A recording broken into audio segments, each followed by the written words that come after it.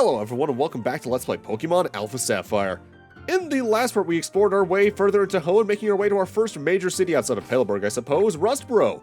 And worth noting, as I was showcasing on the bottom screen a moment ago, I actively between parts went out of my way to super train Boomba up, putting basically all of his EVs into HP and physical attack just to make his near endgame self all the more powerful. Hello. You must be a new challenger. I'm Roxanne, the Rustboro City Pokemon Gym Leader. I became a gym leader so that I may apply in battle all that I've learned at the Pokemon Trainer School. If you defeat me in a Pokemon battle, I'll present you with a gym badge as proof of your strength as a trainer. Please take up the challenge. I look forward to seeing you as a challenger. Until then, farewell. Welcome to our first actual Pokemon gym. Yo, how's it going? Listen, my friend, would you like to become the champion? I'm no trainer, not me, but I can surely give you some winning advice. That's settled then. We'll aim for the Pokemon Championship together. It's your job as a trainer to collect gym badges, am I right? But gym leaders aren't pushovers. And that's where I come in. I'm here to provide expert advice. Roxanne, the gym leader here, is a user of Rock-type Pokemon. The Rock-type is very durable, but it can't stand water and Grass-type moves. Come see me afterward if you beat the gym leader. Well, go for it. So, Pokemon gyms, as with games before and after, are largely big challenge areas. There's usually a central puzzle with a mechanic, or it's a maze you need to make your way through to actually reach the gym leader. Largely, there are ways to avoid a lot of the standard trainers throughout it, but for experience points' sake, I do recommend fighting them all. Worth noting, though, that a lot of the gyms had their layouts completely changed for Omega Ruby and Alpha Sapphire from the original Gen 3. And even then, on top of that, most of those got changed from Ruby and Sapphire into Emerald. So this is the third version of a lot of these gyms, and some of them are a lot less interesting here in Oras, I won't lie. With that said, our first new Pokemon of the part is a Geodude. Geodude is a rock ground type, meaning they are weak to fighting, ground, steel, water, grass, and ice, but immune to electric. Notably, the water and grass weaknesses are 4 times weaknesses. For a first stage Pokemon, this has a pretty high physical attack stat and defense stat that only gets better as it evolves. With that said, it's also the first Pokemon that we've seen in the LP that you can't fully access the abilities of on your own, as in order to fully evolve a Geodude, you do need to trade it to another player or receive one from another player, which, depending on how your playing situation is, you're probably not going to be able to do that. So, mileage may vary on that is the best way to put it. One line, when it comes to rock and ground type Pokemon specifically, I'll use the occasional ground type, but largely if I use a rock type, it's always a sub-typing of something else. And I don't know exactly why, it's just how things kind of play out for me. I tend to play it safe with some sort of fire type, some sort of water type, some sort of flying, and go from there, really. What? Magna's evolving!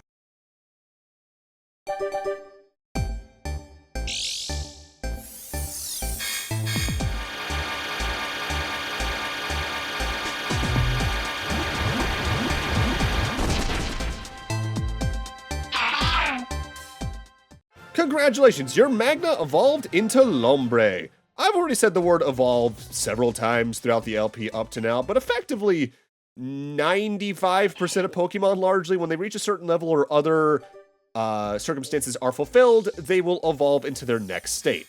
For instance, Lotad evolves into Lombre at level 14, and Torchic evolves into Combuskin at level 16. The big things that can change when a Pokemon evolves usually come down to 3 categories. Their types can change, their movesets can change, but most importantly, their stats change. Usually for the better, but there are some Pokemon that actively lose some very good stats for other things as they evolve. For comparison, let's take a look at Lombre versus Lotad. Most notably, at the base level, all of Lombre's stats are 20 higher than Lotad. Notably, you can cancel an evolution by pressing the B button as the evolution's going, and there are times where keeping a Pokemon unevolved can be beneficial. Most notably, if you prefer the abilities of the prior state, there's certain moves that Pokemon can learn at lower evolution states at a lower level than they can in their evolved states. And on top of that, there's certain held items you can get for competitive tier stuff, where if they can still evolve, they actively can get a good stat boost out of it. With that said, I'd average at most 9 times out of 10, it is worth having the Pokemon evolve, barring challenge runs. With that said, let's talk about Lombre and Combuskin. Lombre, I've already said, is just effectively a stronger Lotad, better moveset and all that. Combuskin, on the other hand, in the process of evolving, gains a fighting subtype, so it's now a fire fighting Pokemon. This now shifts its weakness from being ground, rock, and water to being flying, ground, water, and psychic. So there's a few more types it's weak to, but it's ultimately still stronger. With that said, save up, because it's time for our first gym leader battle. Just as I expected. I knew you and your Pokemon would be able to get this far. Now, would you kindly demonstrate how you battle with your Pokemon?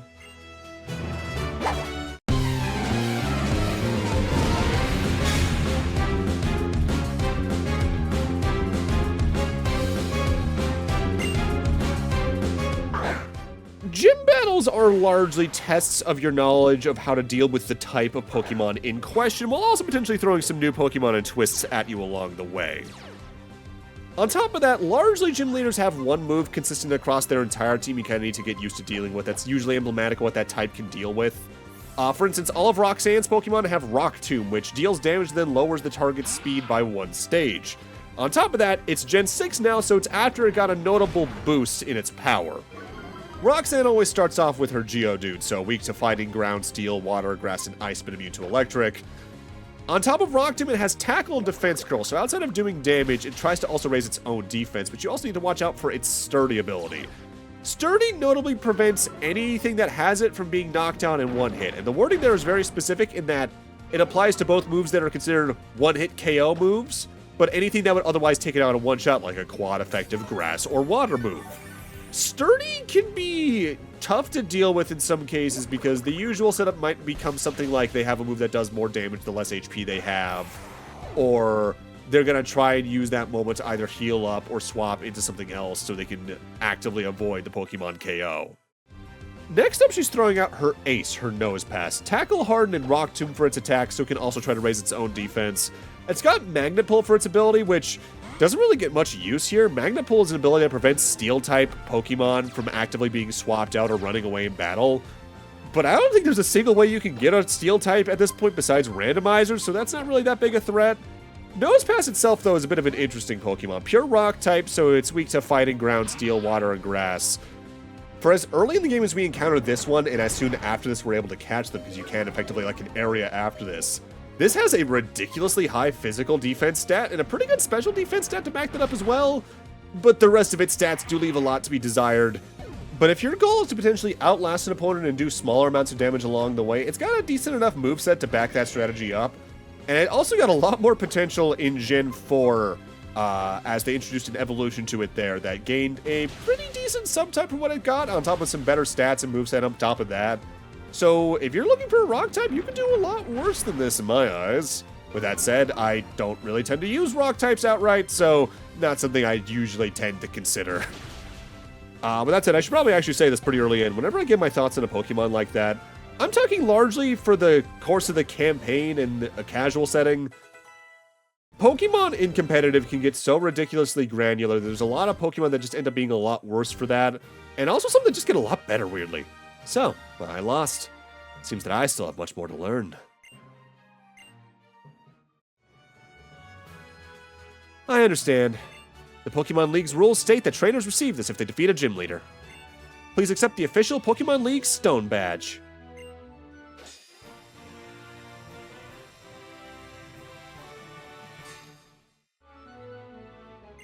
The Stone Badge enables Pokemon to use the HM move Cut outside of battle. All Pokemon up to level 20, even those you get in trades, will also obey you. And please take this with you, too. And we get Rock Tomb as a TM from her. The move Rock Tomb not only inflicts damage by dropping rocks, it also lowers the target's speed. If you use a TM, it instantly teaches the move to a Pokemon. You can use a TM as many times as you want, so please, try it out. So yeah, that's the reason largely gym leaders seem to have a single move consistent across their moveset. You'll gain it as a TM after defeating them. So if you like how they're using it as a strategy, and you have Pokemon that can learn it, not a bad idea to potentially adapt some of their ideas into your own as you go. With that said, mileage may vary depending on what your team is, what your goal is with a Pokemon and all that. With there being now over 1,000 of these things, there are so many different team comps and things you can do with Pokemon along the way that it really does depend on what you want to do. Out of the way, move it!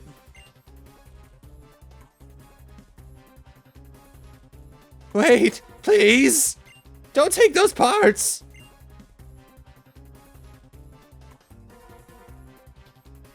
You know, this feels eerily familiar. Like, we saw this within the last hour. I'm sure it's nothing. In the meanwhile, the only real house I haven't really checked out in Rustboro outside of the thing on the top left of the city is this one, and notably, this kid here is the first of several NPCs we can see in the game that actively offer you an in-game trade. You can trade a Slackoth, you can get down in Petalburg Wards for a Makuhita. We'll see a Makuhita in the relatively near future anyway, so I'm not going to talk about the stats that can have, but worth noting that in-game trades are an easy way to get Pokemon that might be beneficial to you in the surrounding area, like a Makuhita's fighting type moveset can help you a lot in Roxanne's gym. With that said, largely I don't like to use in-game trades on my team, if only because usually there's better ways to get those same Pokemon that I can make better than the ones they offer you. Before we go chase down that thing happening up back into the north, though, I want to head back south towards Petalburg Woods and explore the few cut trees we can open now that we actively have the Stone Badge. Way you use an HM like Cut, investigate the thing that you can use it on, and then select yes. Cut, get this, cuts down the little trees. Largely, Cut itself will hide either extra berry patches for you to grab things from, or extra routes through areas that either lead to more trainers or other items, which is generally how the HMs work to begin with, but Cut in specific tends to do it in a very specific way, usually leading to a little extra winding forest area of sorts. Behind the first cut tree, we got a Revive, which is a medicinal item that actively can revive fainted Pokemon within battle or out of battle, so you can use that to extend a battle in the case you're in dire straits. But also here in Petalburg Woods, we can get past here and actively talk to this kid to get a Miracle Seed.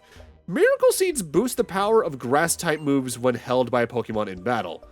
Also notably, now we can see a Mossy Rock here in Petalburg Woods. This was added for Omega Ruby Alpha Sapphire. What that does is that if you have a very specific Pokemon and level them up near it, they'll evolve into a specific state.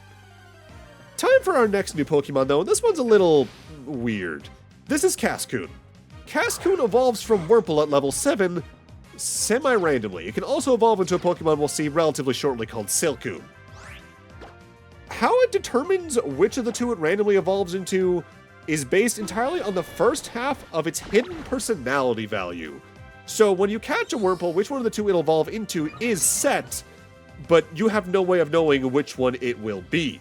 In that regard, honestly, if you wanna, just for your Pokedex even, actively get either of these Pokemon, it's easier to roam around Petalburg Woods until they randomly show up rather than trying to evolve a Wurmple over and over and over and over again. There used to be theory crafting and people talking about for years that was based on the gender of the Wurmple and all that. And hey, there's a chance that could have been the case with people's luck where they just only ever got, say, Cascoons from male Wurmples and Silcoons from female Wurmples. But it is entirely dependent on that personality value, and it's a little weird, and I don't really like evolving it because of that. The Cocoon Pokemon. If it's attacked, Cascoon remains motionless however badly it may be hurt. It does so because if it were to move, its body would be weak upon evolution. This Pokemon will also not forget the pain it endured. Me neither. Me neither. With that said, Cascoon itself, pure bug type, so weak to flying, rock, and fire. Okay defense stat, but everything else is pretty lackluster, but that's because, like with many bug types, you're going through some pretty low stat sections to get to its final evolution, where it has usually a good stat or two. With that said, the Wurmple line in general, I think is probably one of my least favorite of the early game bugs, if only because the semi-random evolutions are a little less dependable. Mind, that's also partially because bug type in general is very hit or miss, even compared to some of the other types. Like, for every really good bug type, there's usually a full line or two that are pretty underwhelming, even casually in my experience. But I still swear by the bugs that I swear by, because I love using them. Looking at you, Heracross, and Caesar. And several from later games. And heck, there's one in this gen that's also really good that I'll talk about later on. Also, what I'm doing right now is actively going around Petalburg Woods in the areas prior to it, grabbing the hidden items on the ground I've forgotten to grab up to this point. Big shout out to the mushrooms that you can sell in Petalburg Woods, as well as the heart scale I just grabbed. We can use those at a very specific vendor later on to do something that for main campaign isn't too useful, but if you're trying to make competitive movesets or high-level post-game movesets, it's pretty handy, but we'll showcase that way later on in the LP. Also, something else I haven't noted yet is that whenever you actively get a gym badge, the Pokemarts actively get their selection expanded. For instance, now we can not only buy Great Balls, which have a higher catch rate than Pokeballs, but you can catch Super Potions that heal more. There's more status healers and all that. Always keep an eye on what's going on in any given Pokemart because their inventory updates pretty regularly due to the pace of gym battles here in Hoenn. With that said, welcome to Route 115. We jumped up several route numbers there for a reason. We actually aren't able to do much here from the south. You can take a peek at here and see what's around here, and there's even 1 or 2 items you can grab. But to access like 90% of this route, we need to come back at it from the north. If you take a look at the map, you can even get a good idea of how we're going to have to do that. Largely, if you look at the route numbers on a map, that's a general guide of how you can progress through Pokemon back when the regions were laid out like this. I've already talked about this before in my prior 2 Pokemon mainline LPs that I kind of consider the canon ones, quote-unquote, despite having done Yellow and Crystal. Starting in Gen 5, they radically rearranged how they organize Pokemon regions, and for a couple of reasons, especially tied to level curve and experience, I actively prefer that to how they laid it out in Gen 4 prior. Oh, you there! You're that fantastic trainer who helped me in Petalburg Woods! Help me! I was robbed by Team Aqua. We have to get the Devon parts back. If I don't, I'm going to be in serious trouble. Time-saving tunnel nearing completion. That's what it says on the sign, but there's also a big X splashed across it in red paint. I'm assuming that didn't go too well then. With that said, welcome to Route 116. I know what I just said in Route 115, and that structure does largely hold true. But there are a couple of times you can actively access later number routes. There's just not either a lot for you there, or you can't actively access everything in it yet. Worth noting, I've been talking about the new Pokemon as we see them, of course, but I haven't really been talking about what the individual routes have. That's because largely they have a lot of the same Pokemon here in early Hoenn. A lot of Zigzagoons, a lot of Poochyenas, a lot of Talos. Notably, you can grab Ninkadas here on this specific route, as well as 2 other new Pokemon, but we'll be seeing those in the near future. I'll try to make note of when a Pokemon is notably rare in a route, in the way of like Surskit or Ralts was back in 102. But largely, if a trainer has it around the area, there's a good chance you can catch it on the route or very close by. Either way, that was Machop. I didn't get much of a chance to talk about it, but Machop is a pure fighting type, meaning it is weak to Flying, Psychic, and Fairy. Machop, for a first stage Pokemon, has a pretty decent HP and physical attack stat, but the rest of it can be a pretty weak mess. But as you evolve it, you can eventually get an incredible physical attacker that has some okay defenses to back it up. With that said, like Geodude, the big limitation is you can't fully evolve it unless you actively trade it while holding an item. With that said, what they do try to do with a lot of the Pokemon that have trade evolutions is that their second states are usually good enough. It's just a matter of whether or not you're okay with it being good enough and not great. In previous LPs, I've tried to use a lot of trade evolutions. I didn't in this one, if only because I was uneasy about the potential of this program's ability to trade, and seemingly I was right about that for reasons I'll talk about way later in the LP. For right now, it's time for our next new Pokemon. This is Silcoon. This is the other potential evolution of Wurmple at level 7, depending on what its hidden personality value is. Still pure bug type, so it is weak to Flying, Rock, and Fire. Okay defense stat, okay HP. The big thing, like with Cascoon, is that it depends on you wanting to soldier through to its final evolution, because this is the one that gets some really good special attack. For early game, again, pretty good, especially because bug types do tend to evolve pretty quick. I just have other priorities along a lot of other special attack lines. By the way, I don't tend to use repels too much. What they do is they'll keep Pokemon generally lower than your average party level, I believe, away from you for a certain amount of steps, dependent on the strength of the repel. But largely, I'd rather actively just get the lower experience from random encounters along the way to help boost me up towards those levels, however minor the experience might be. Next new Pokemon is good old Pikablue themselves, Meryl. Prior to Gen 6, this was a pure water type, but it actively got retyped into being a water fairy type as of Gen 6. So it is now weak to poison, grass, and electric, and immune to dragon. Now, Meryl and its evolution don't look like a lot to start, but if you actively go out of your way to catch one when we can, which you do have to wait a little bit on still, you can get a really good defensive water type out of it, because that fairy type actively does a lot for this line. I've used the evolution especially several times on teams over the years, but I just usually have other priorities for water types, as there's usually ones I just like more, and it helps that effectively my favorite Pokemon of all time, the jokes about it that I have to suffer aside, is also a water type, so oops. And almost immediately after this battle, we're going to get led into a random battle with our next new Pokemon. And this is one of mixed legacies, depending if you're talking mainline or spin-off. This is Skitty, adorable little kitty. Pure normal type, so it's weak to fighting, immune to ghosts. In the Mystery Dungeon games, this is arguably one of the best Pokemon you can use on your team, because it's got some ridiculous abilities it can do in that, given the different mechanic set.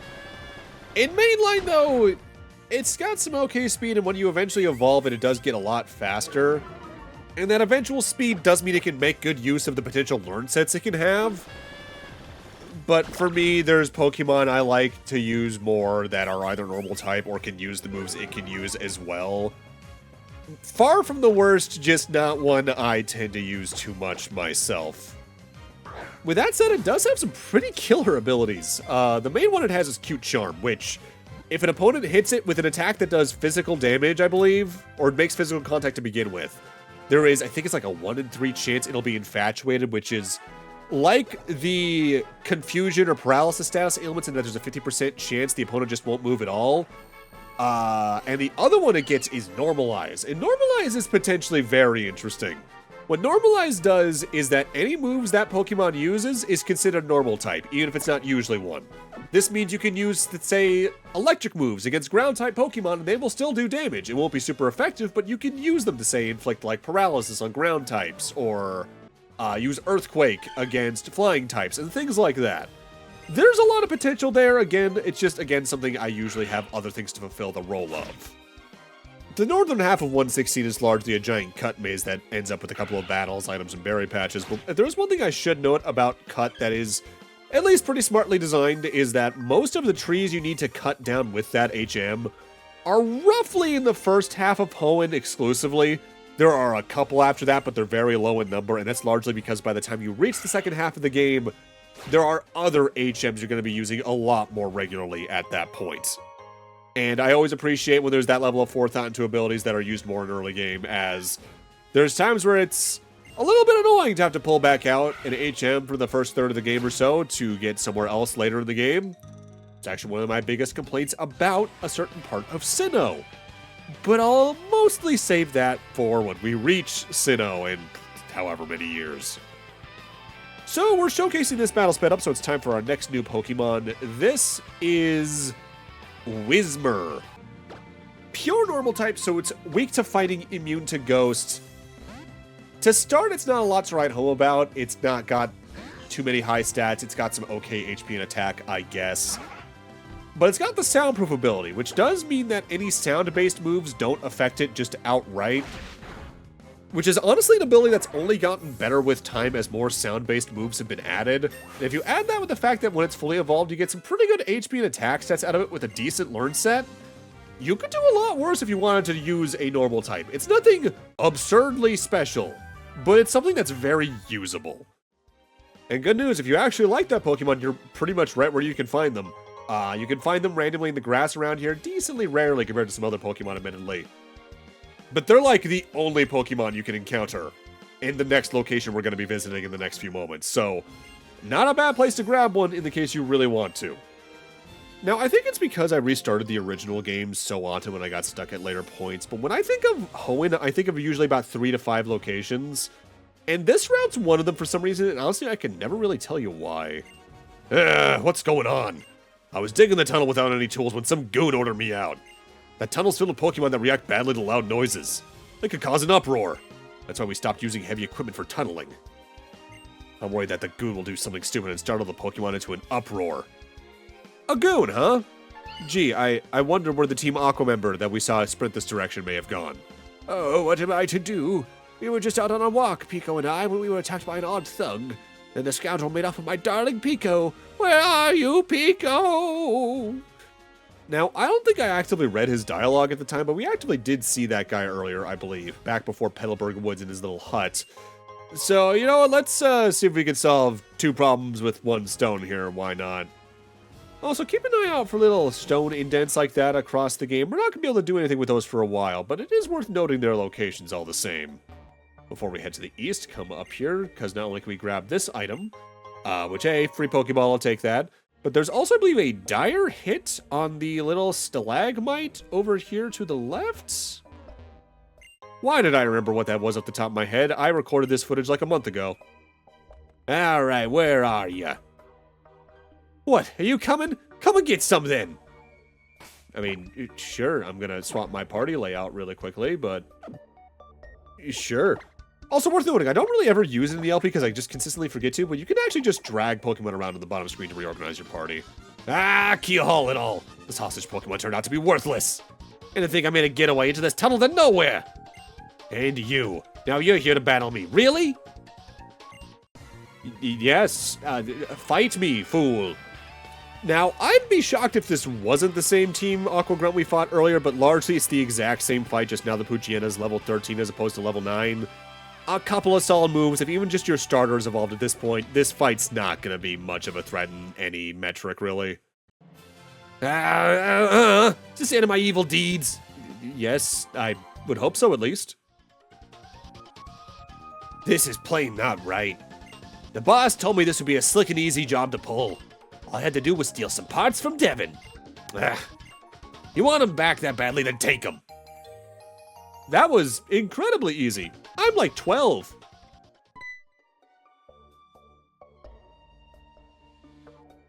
Pico, am I glad to see you're safe. My Pico owes her life and freedom to you, lad. They call me Mr. Briny, and you are? Ah, so it's Kyle, is it now? Then I sincerely thank you, Kyle. If there's ever a thing I can do to help you in turn, don't you hesitate to tell me. If I'm to be found, it'll always be at my cottage by the sea near Petalburg Woods. Come, Pico, high-tie, we're underway to home. And if you think back, if you looked near his hut, there was a boat there, and since we're seemingly landlocked by the ledges to the north of Rustboro and the rocks here in Rust Turf Tunnel, boats are our only way forward, I guess. Worth noting, by the way, basically every single fight in Rust Turf Tunnel is specifically a Whismur. So if you want to catch them, that's probably the best place to do so. Now, I want to say I start the next video exiting Petalburg Woods, so if you're following along and are surprised by that, don't be, because that's usually how I like to make things flow. To get to Verdant Turf without using this tunnel, you'd have to cross the sea to Dewford, sail on to Slateport, then travel through Mauville. That Rust Turf Tunnel there. At first, we had a huge crew working on boring through the rock with the latest machinery, but we had to stop. Turns out we would have had a negative effect on wild Pokemon in the area. So we're left lazing around here doing nothing. I mean, hey, if you're being paid to do so, I'd say that sounds pretty good. But with that, I'm going to need to end this off here. Thank you guys for watching, and in part 5, we're going to make our way on to our next town by conversing with Mr. Briny and see where we can go from there. See you guys then.